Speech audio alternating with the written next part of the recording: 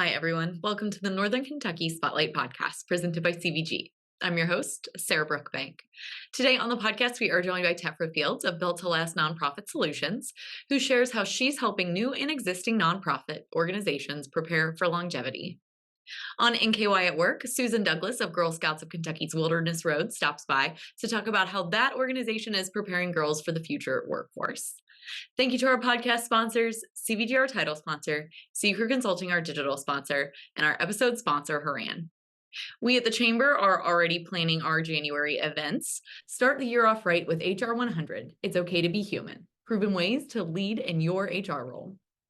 Join us on January 10th to hear from Steve Brown, Chief People Officer of La Rosas, Inc., as he shares proven ways to be yourself and be the leader you are meant to be as a business professional who happens to practice HR. You can register for that event now at nkychamber.com/events. Now, let's go meet our members of the week, hear it from our sponsors, and Nancy and I will be back with this week's guests. Why would you travel to England? For football. To go or not to go? That is an easy question. To visit the land of Shakespeare. To take in all the sights. Authentic fish and chips. To experience arts and culture. 2 words, British Open.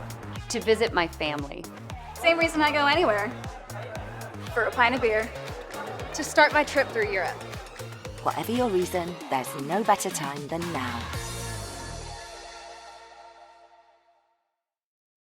Ranking on Google Search and Maps is easy to understand, but hard to do.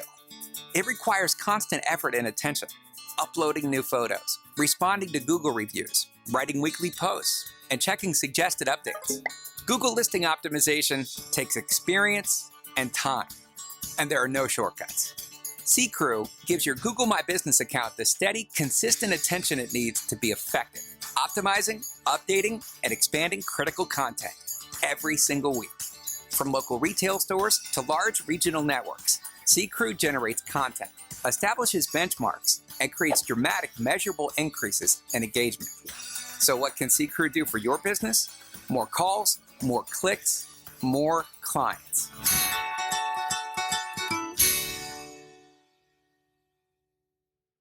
Congratulations to our members of the week. You can learn more about these businesses by following the Northern Kentucky Chamber on social media, where we will highlight one of these businesses each day. Now, let's meet our members of the week. Big B Coffee's focus on community is what makes Big B so special. Gilligan Company is committed to being the first choice for fuel, customer service, and convenience. Sweet Ace Cakes is an online wholesale and retail bakery specializing in baking mixes, marshmallows, and seasonal baked goods.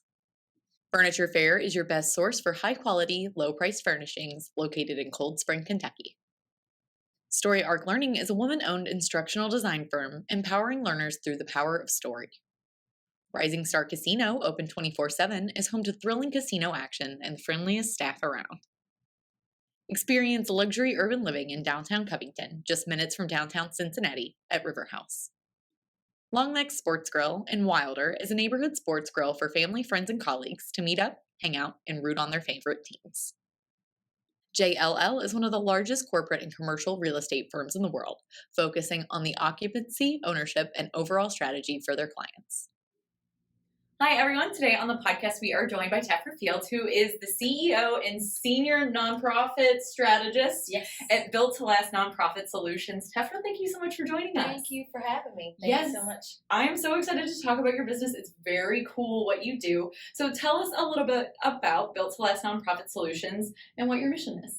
Well, Built to Last Nonprofit Solutions is a concierge consulting firm for nonprofit organizations. Smaller ones, startups, larger ones. We help those executive leaders kind of either create processes or we help them enhance what they already have.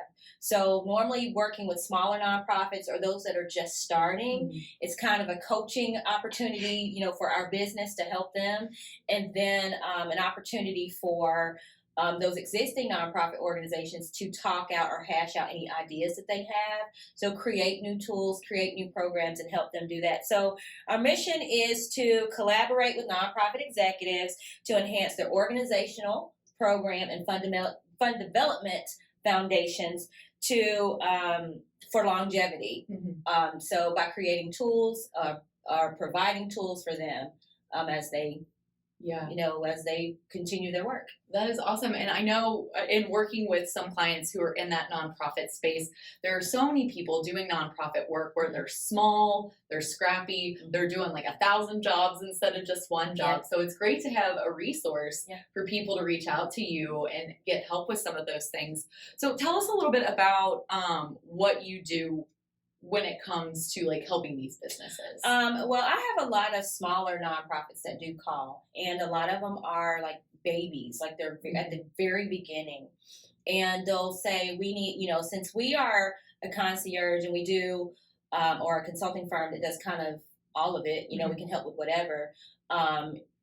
We help with organizational structure, you helping them create bylaws, working with them on their bylaws, strategy, helping develop programs and helping them with fund development. And underneath the fund development is it's fundraising events, fundraising plans, also grant research and grant writing. And when you hear grant research and grant writing, nonprofits are like, yes, they really jump out at that. But at the same time, I assess with them. I talk to them and kind of, let them know what's needed in the grant process. And they're like, oh, well, we don't have that. And I'm like, okay, so let's back it up. It may not be this piece that you need right now. It may be the development of the programming that you need. So maybe we back up and we just work that way. So I actually do an assessment of the organization. So they'll tell me in their discovery, I do a discovery form.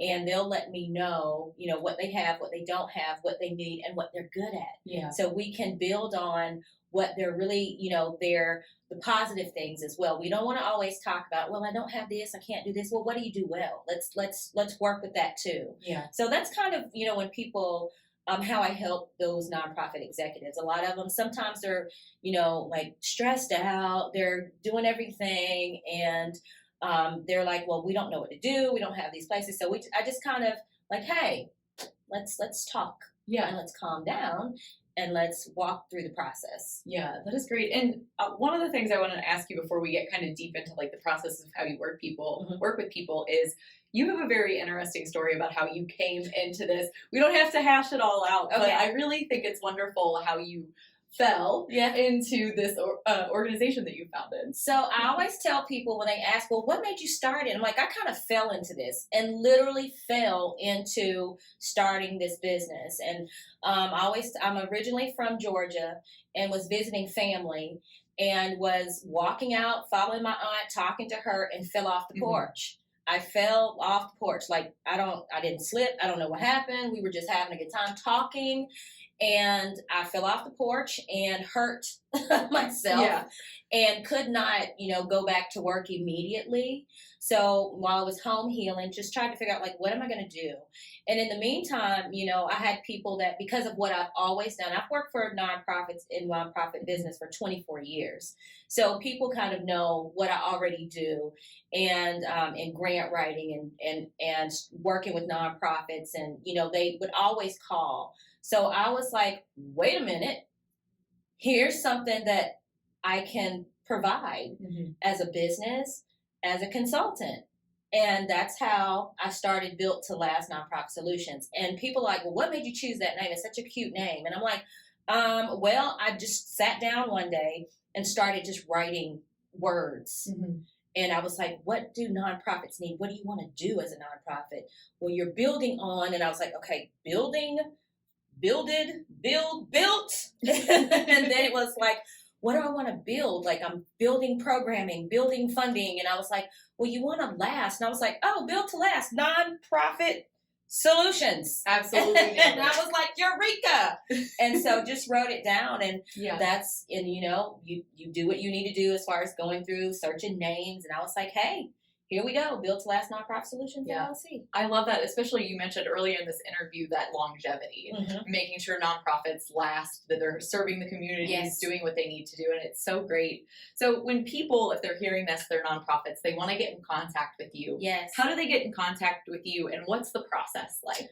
Okay, so we do have a website. It is www.btlns.com.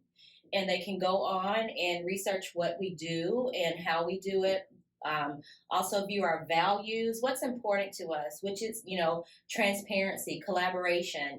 Those are some of the things that are important to me as a person and for my business. Also, they will see, just a little bio on who I am and, where I'm from, what I've done. And also, they will be able to connect to us by clicking. There's a contact us page, and they will be able to fill out that information and let us know what you need. Tell us what you need, and then from there, we will get the information, and then they will be sent a discovery form. And that form kind of is an assessment page where they get to assess the things that they need, they do well, what they need help with, what they think they need help with. How can, my business help them, knowing what they know about us? So it kind of sends them back to the website to kind of do a little research. So what can we do for you? How can we help you? And I will reach right back out to them within 24 hours to set up a discovery call. And then from there, we decide, we assess, in the background before I call them, I'm kind of assessing and researching them as well. And then we assess what they need. And sometimes what they say they need is not really what they need. Yeah. So we have to back it up and we have the conversation. And then they can decide which package, whether they want to go towards the organizational part, program part, or fund development, or what piece of the fund development. Because each category has several things underneath that you can choose. And they can choose whichever one fits them and where they want to start. So you don't have to start. You can start anywhere, but we have to assess which would be best. We really want organizations to start looking at the foundation and building a strong foundation, because as a nonprofit that lasts a long time, you're going to have those ebbs and flows. You're going to have ups and downs and things that you're going to ebb and flow. You're going to go like this. So you want to have a strong foundation that's going to, if you're low, then that foundation is there to kind of hold you while you're building back up, So that's just the nature of a nonprofit. You're going through a lot. And also, we are that organization that walks with you. Sometimes people do need the hand holding, and we're there. We're there to do that for them. That is so great. Well, I love hearing about your mission. It's so exciting. And I know from doing a little bit of research on you guys, you also do some seminars. I know you guys recently had a grant writing experience. So tell us a little bit about that. So the grant writing thing is something that kind of happened as well. It's something that goes with the flows. And we listen to the people. Yeah. We actually just, we put things out there. What do you want to know? What are some things that people, you're looking at as a nonprofit? What are some things that interest you? So we started doing a couple of things. I like to, see what works and see what will grab people and what would be important. I'm a former executive director. So, I went through the burnout. I went through everything was great. I went through everything's bad. We don't have any money. Yeah. We have lots of money. I went through all of that. So I'm able to talk with those, executives about, hey, you're not by yourself. I'm here. I know what it's like. So I would put out little questions on Facebook. Hey, does anybody want to know about grant writing? Yeah. And it was like me. Everybody. It was like me. I'm like, wait. Because I actually wasn't going to do that. Wasn't what my organization was what we were headed to do. So one of the things I decided to put together a grant writing 101 course, and it was just one class at first. And so we did the class and we got a lot of feedback and people were like, that was great. We really learned a lot. And it was a short mini class. So we get right in there. So it's like, hey, how are y'all doing? Let's get to work. And it was getting to work, and it's interactive. People can ask questions. It's like an hour and a half. I give them as much information as we possibly can. And it talks about, we don't get into a lot of where can we find grants yet, because they're not there yet. We want you to know what's in a grant, what you need to prepare for.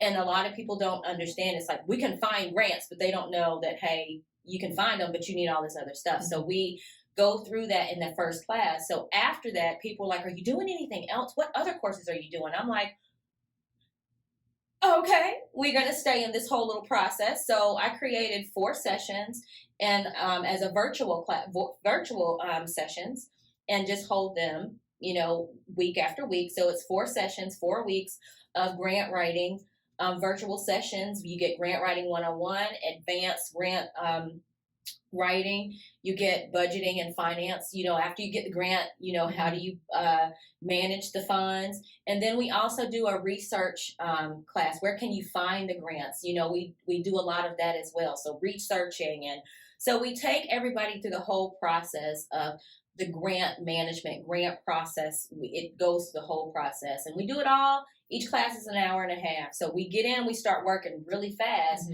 So it's like, get your notes. And then what's really good is, like, after each one, I do provide notes. So you get the notes of the course, and then depending on if it's your very first one, you also get a 30-minute build your idea session free of charge that's included with me as we talk out your idea. And I give people an opportunity to kind of hash out, some of their ideas if they have them. Yeah. And they can just ask questions, and it's part of that particular package. That is incredible. This seems like you and your business are just such an incredible resource for our local nonprofits. And we've got so many in the greater Cincinnati, Northern Kentucky area. But Tefra, before I let you go, is there anything else you'd like to add about you or Built to Last? Well, we're here in the community to help. It's kind of where I've decided to, work in the area. We work all over. We have clients all over the United States. So people call us, and we get right in there with them. So because, when I started here, I moved here just to know that, Northern Kentucky, Cincinnati is an area for those newer businesses. And I'm a new business. So being a part of the chamber I'm new to the chamber in this setting as a business. But as a former executive director, I have worked with the chamber before. So it was easy for me to make this decision to be part of the Northern Kentucky Chamber, because I've done worked with the chamber before, and the support that I was able to receive. So as soon as I joined, the support, the things that I've been able to do has been just instrumental in how I want to last as a business, because being a small business, woman-led business, it's hard. Yeah. And, at the same time, we are looking for funding and looking for grants for, as a business as well. So being able to have the support of the chamber and being here in the area is important, and I appreciate it. It's something that I appreciate as a business owner. Yeah. Well, we are so happy to have you as a chamber member and as a nonprofit resource in our community. But Tefra, thank you again for joining us today. Thank you so much for having me. I'm excited to be here. Thank you. Hi, I'm Nancy Spivey, Vice President of Talent Strategies for the Northern Kentucky Chamber of Commerce. On today's NKY at Work segment, we are talking about Girl Scouts of, I'm going to get this wrong, Girl Scouts of Kentucky's Wilderness Road. And I'm with Susan Douglas. Susan, welcome.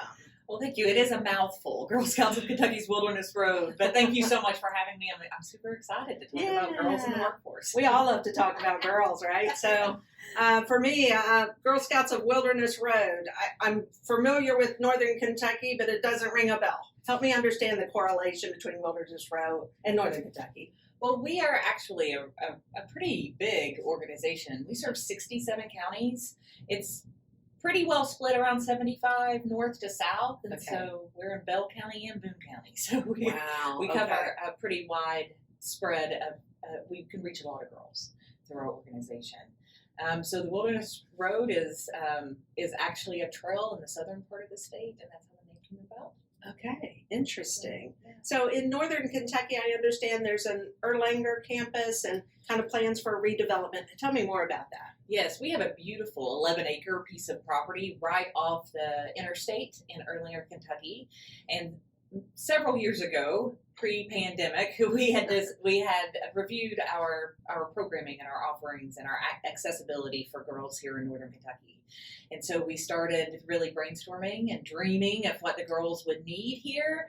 And we decided that it was time to develop that property into a state-of-the-art facility and bring not only give opportunities to girls right here in Northern Kentucky and all of the awesome women that can mentor them and support them, but to allow girls from all over the state of Kentucky to experience what Northern Kentucky has to offer. Oh, that's wonderful. And so I can see that property right from the interstate. You can. It's the one that kind of sits up on the hill. So as far as, because this is an at-work segment, let's talk about workforce and and the audience that you serve and the correlation between Girl Scouts and women at work. Well, I have the privilege of being part of a lot of education groups. And so there's a huge focus here in Northern Kentucky and across the state on kindergarten readiness. Mm-hmm. And then there's a lot of focus around high school and dual credits and experiential learning around workforce.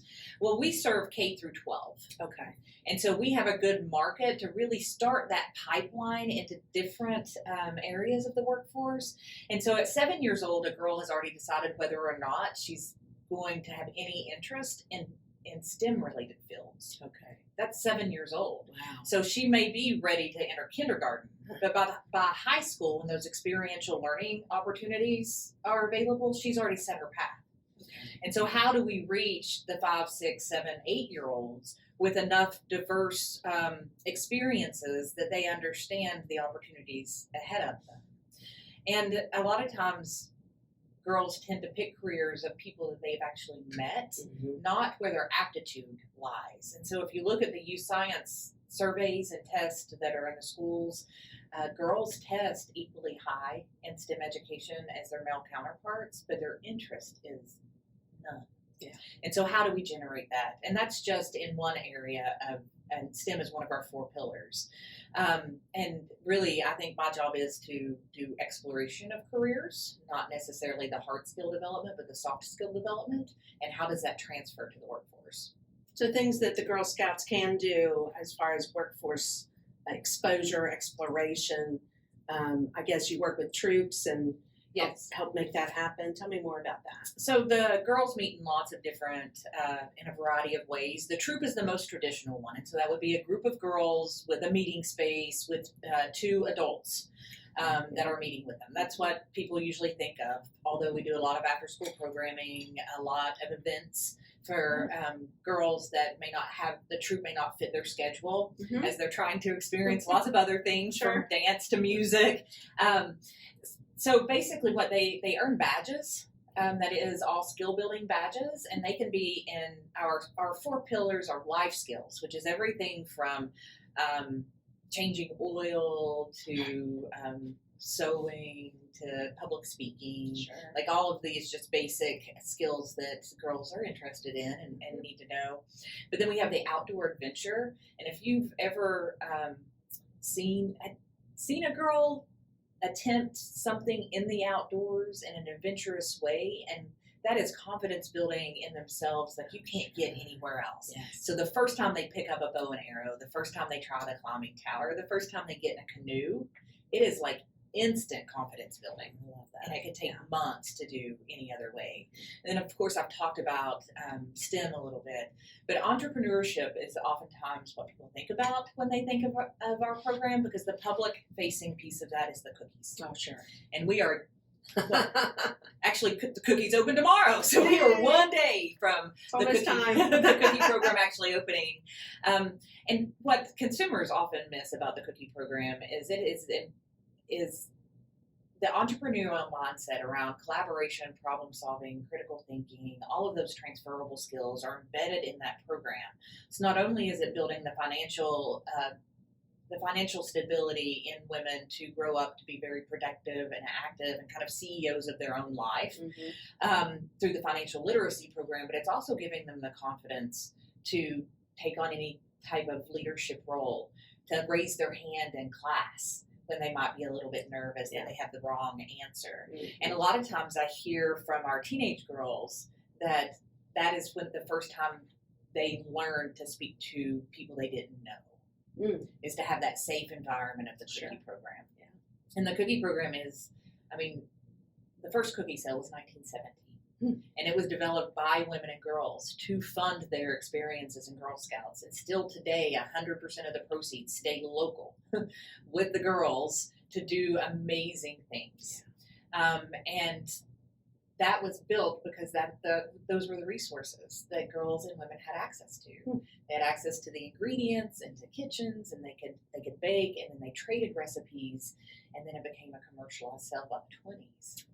Wow. So it is at its heart, the roots, an entrepreneurship business, and the largest one run by all girls and women. Oh, and it works, and we know it works. works. If you go anywhere, you see those Girl Scouts out selling and building. And I would programs. encourage anyone to ask girls what their goals are. Like, why are they out selling those cookies? If they don't know, it's because they haven't gotten to that part of the program or they're not confident yet. But they will ask at their next group meeting, what are we raising money for? Usually young ones may not remember what they've talked about. But as they get older, they may be earning their way to camp, but they may also be planning to go to Switzerland to see our chalet there. So they all have different goals in mind, and the cookie program definitely lessens the financial burden of getting to do some awesome experiences. Great. And each girl can have their own adventure. That's wonderful. So if I'm an employer and I want to get involved in the Girl Scouts, tell me different ways that I can do that. There's so many ways. We are always looking for women doing very creative things. And yes, men volunteer all the time, but we do like to have female role models as often as possible. The mentor-mentee kind of situation. So practical work shadow experiences. It can be those kinds of experiences, but it can also be offering to come to a troop meeting or do an event. We have a temporary office program center actually opening the first of the year over on Price Avenue in Erlanger. Okay. And we've not had programming space for a little while. It was very disruptive with the pandemic. And so that's opening up, and we're going to be doing programming all the time. So anyone can come in and join those programs and share what they do. I think it's also very interesting, especially for around middle school girls, to hear a little bit more about the journey women take, because you may think that you want to be a lawyer and end up not being in public relations, right? That's not actually what you're passionate about. And so how did you maneuver that? And then if you decided to raise a family or you decided to start your own business, what kind of supports did you need to do that? And middle school girls are already looking for their path. And so hearing those stories early helps them understand that they don't have to have it all figured out. That's right. A lot of us still might not have them figured out, right? Absolutely. That's right. That's the journey of work, right? That's what we're all involved in. So anything I've forgotten to ask, anything you want to add? Well, one other way that we are really looking for business and community support is developing this property is the most transformational thing that our council has undertaken in many, many years. And if you're familiar at all with the Women and Girls in the Index, the study that's done on equitable investments and opportunities for girls and women, even though there's a lot of awareness out there, 1.8% of all philanthropic dollars go to girls and women focused organizations. Wow. Less than 2%. And that includes everything from Susan G. Komen to all female educational institutions, and Girl Scouts is right in the middle of that. And so when I think about this time of year and an opportunity is to invest in making this dream come to reality for all of the girls. I would like to be breaking ground, being back on the property in 2024. And so how do we close the gap at that first phase so that we can let the dreamers of today be our leaders tomorrow and make it happen. What a robust goal. Thank you. Thank you for sharing. Absolutely. So anything else? No, just contact me at sdouglas@gswrc or get on our website at gskentucky.org and let us know what you're thinking about and how you want to be involved. Great. Thank you so much, Susan. And wonderful information. Just keep up the good work. Girls are very important to our workforce. So. They absolutely are 51% of your workforce. So exactly right. We'll get and more to come. More to come. Right. Thank you. Hi, I'm Shannon Schumacher, Account Executive, Kentucky Market Leader. At Haran, we champion bold innovation to help employers and individuals thrive. As an industry thought leader, we explore new horizons in healthcare, benefits, employee engagement, and wellness. We work harder to deliver all the strategic benefits, planning, and execution you expect from a true partner. And we do it with laser focus on your short and long-term outcomes to help manage your benefits while improving your employee experience.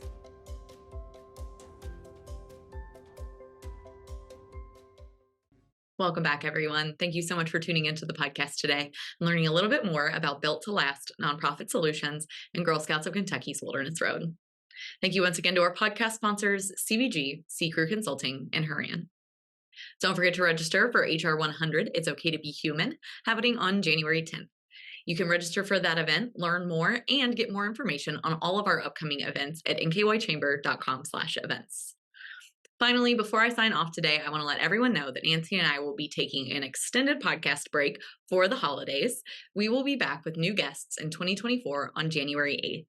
We at the Northern Kentucky Chamber of Commerce wish all of you a very happy and safe holiday season. Finally, if you are a member who would like to be featured on the podcast, or if you're someone who is interested in becoming a member of the Northern Kentucky Chamber of Commerce, please reach out to Lynn Ablin. And if you're someone who is interested in sharing your workforce strategies and resources on NKY at Work, please reach out to Nancy Spivey. You can find both of their contact information on the screen in front of you or at our staff directory at nkychamber.com. Thanks again for tuning in. Nancy and I will talk to you all in 2024.